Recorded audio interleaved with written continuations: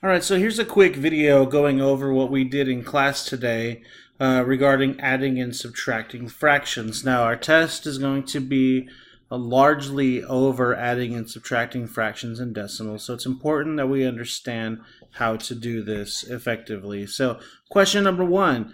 Adam bought a box of fruit that weighed 6 3/8 kilograms. If he bought a second box that weighed 7 2/5 kilograms, what's the combined weight of both boxes? Well, looking at that, I know that that's going to be an addition problem. And so on mine, I modified my sheet where I have some room to write over here. You can do yours on scratch paper, and that's fine. So 6 3/8 plus 7 2/5. Well, I know that I cannot add these for the simple reason that the denominators are different. So if I have different denominators or unlike denominators, I cannot add them. So I need to generate equivalent fractions. I also know that once I do, my whole numbers are going to stay the same. So still 6, still 7.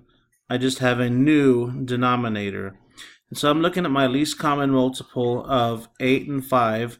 And so when I list my multiples of 8, I have 8, 16, 24, 32, 40. My multiples of 5, 5, 10, 15, 20, 25, 30, 35, 40. My least common multiple is going to be 40. So my denominator is now 40 on both of my fractions. And so how did I get from 8 to 40? And so how I did that is I multiplied by 5. And so if I multiply by 5 in the denominator, the numerator is also going to be the same method. So 3 times 5 is now 15. So my new fraction is 6 and 15/40ths. And then denominator, to get from 5 to 10, I multiplied by, 5 to 40, I multiplied by 8. And so now my numerator, I have to multiply by 8. And so 2 times 8 is 16. So there's my new fraction. So 6 and 15/40ths plus 7 and 16/40ths. Well, 6 plus 7 is 13.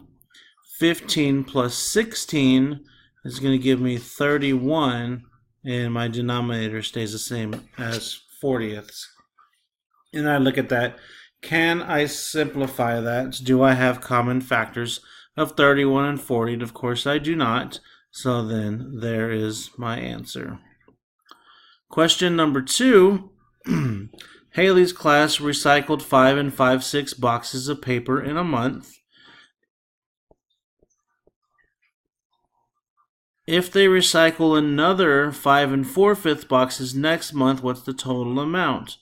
And so I see here, I did 5 5/6, and then we're also going to do 5 4/5, so that is another addition problem.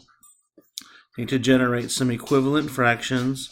And so that's going to be 5 and something, and 5 and something. So again, my whole numbers do not change, only my fraction part changes. So looking for a common denominator, or least common multiple of 6 and 5. And so I know that's going to be 30. And if I list out my multiples for each number, I would confirm that. And so 5 and some number of 30ths plus 5 and some number of 30ths. Well, how did I get from 5 to 30? I multiplied by 6, so I need to do that with my numerator. So 4 times 6 is 24. And then how did I get from 6 to 30? I multiply by 5, so I need to do the same thing with my numerator. 5 times 5 is 25. And so now I have 5 and 25/30ths plus 5 and 24/30ths. 5 plus 5 is 10. I'm going to write it over here. 10. 25 plus 24 gives me 49 over 30. But now this portion of it, my fraction portion, 49/30 is an improper fraction. And so I know that that's the same as 10, my original whole number, plus 30/30, plus I still have another 19/30 remaining. And so what I did is my 10 is the same as 10. So those are my whole numbers. Those are the same. And then I took my 49/30, and here it is. 30 plus 19 is 49/30. So all I did is I just broke that down, or decomposed that into 30/30 plus 19/30, and then now I can combine this part. So 30/30 is 1, so this ends up becoming an 11, and I still have my 19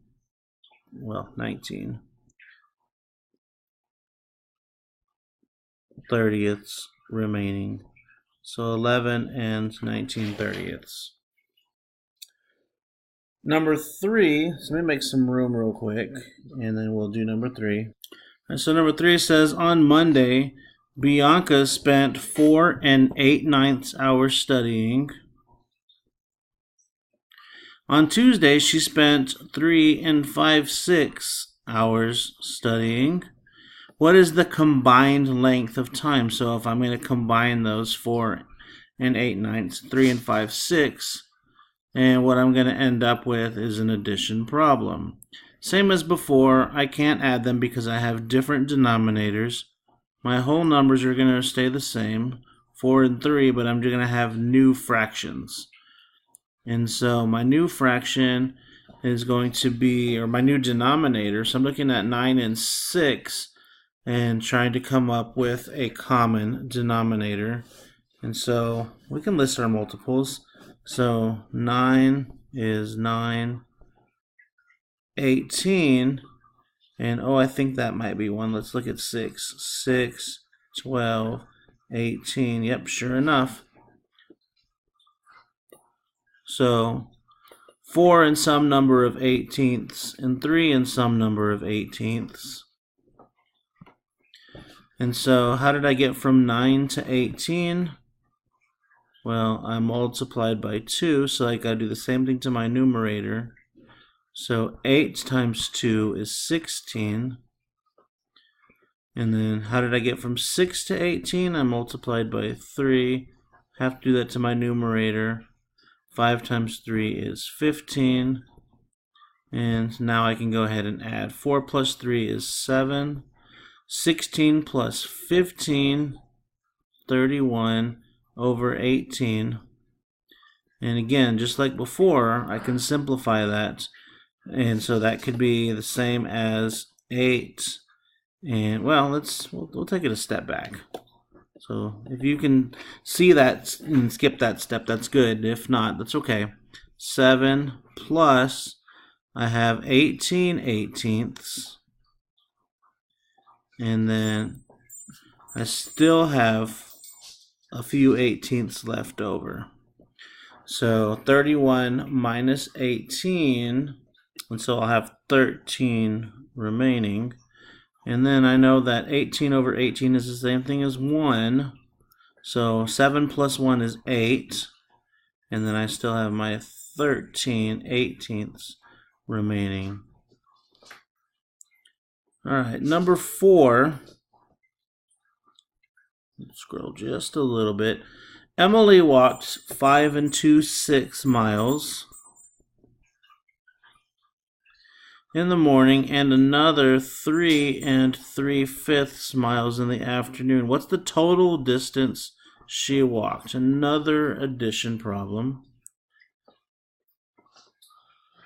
And so we have here, that's going to turn into a 5 with some other fraction, 3 and some other fraction. So I have 6 and 5. Common denominator is going to be 30. And how did I get from 5 to 30? Multiplied by 6. Do the same thing with my numerator. 3 times 6 will give me 18.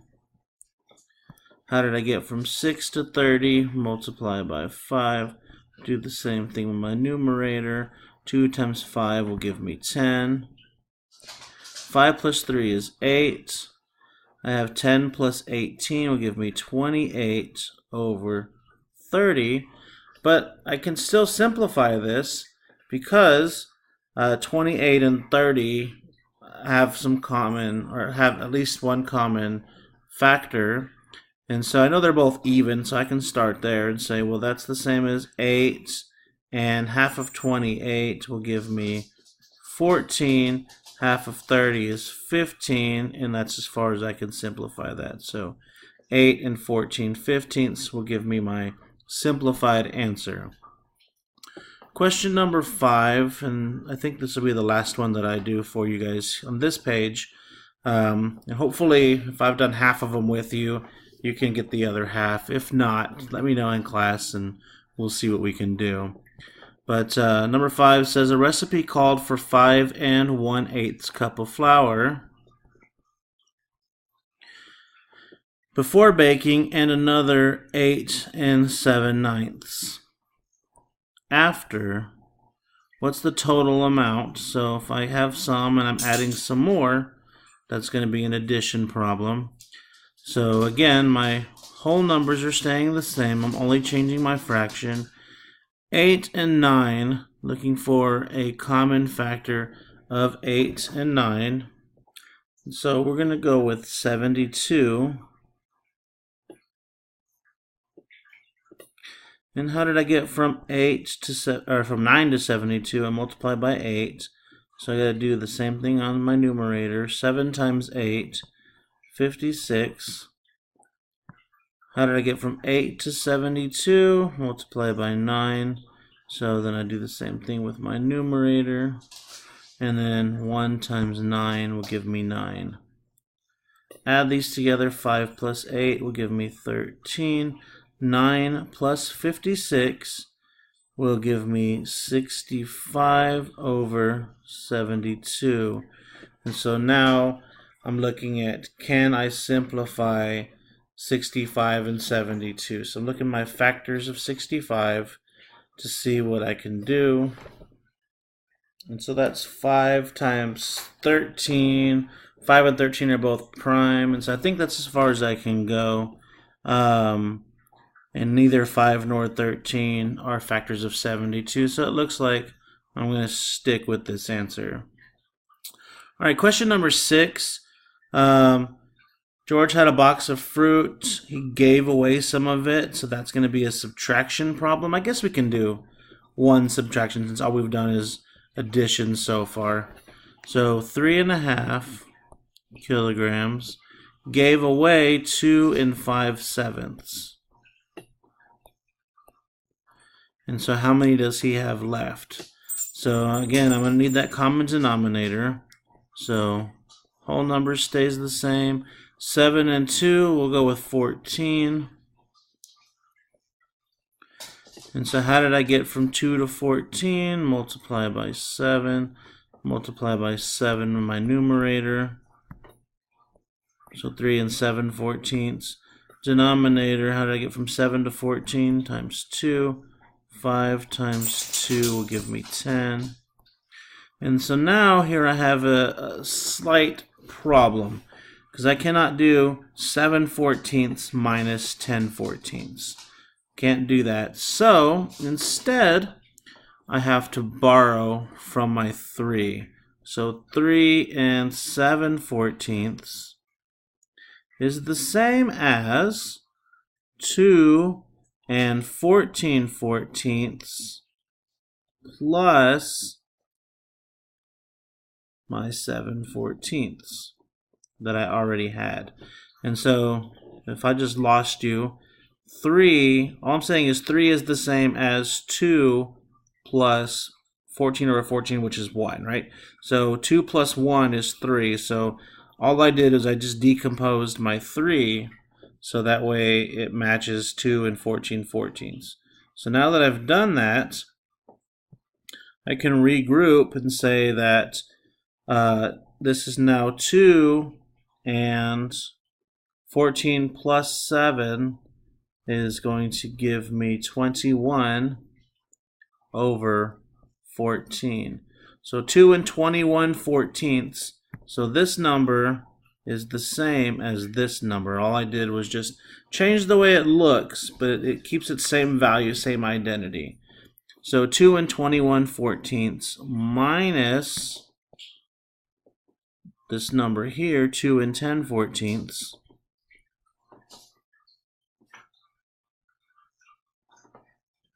And so 21 minus 10 is going to give me, let me move this up slightly. 21 minus 10 is 11. Keep my same denominator of 14. 2 minus 2 is 0. So then I have 11/14. I cannot simplify that since 11 is a prime number and is not a factor of 14. And so there we go. Number 6 has an answer. Looking at 7, we dumped some garbage. That's a subtraction problem. Number 8, walked and, let's see, he traveled some, walked some, jogged the rest. So that's going to be a subtraction problem. And I'm going to let you fully figure out 9 and 10. So hopefully that part helped you.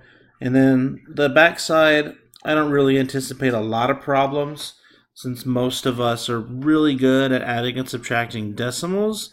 The most important thing is lining up your decimal places. So 6 and 95/100 pounds, and then 1 and 75/100 pounds.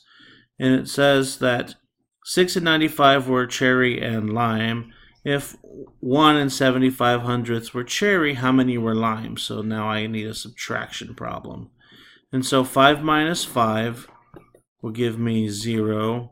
9 minus 7 is 2. 6 minus 1 is 5. And I can just think of this as money. I had $6.95, spent $1.75. I have $5.20 left. Now, of course, it's not money, but again, just like we do in class, I like to relate it to money, so it maybe makes a little more sense. So 5 and 20/100 pounds, or 5 and 2/10 pounds, but that will give me my final answer there. So again, I don't think that this side should give you too much problems, but I wanted to make a quick video just to make sure that you guys are understanding and getting ready for this upcoming test.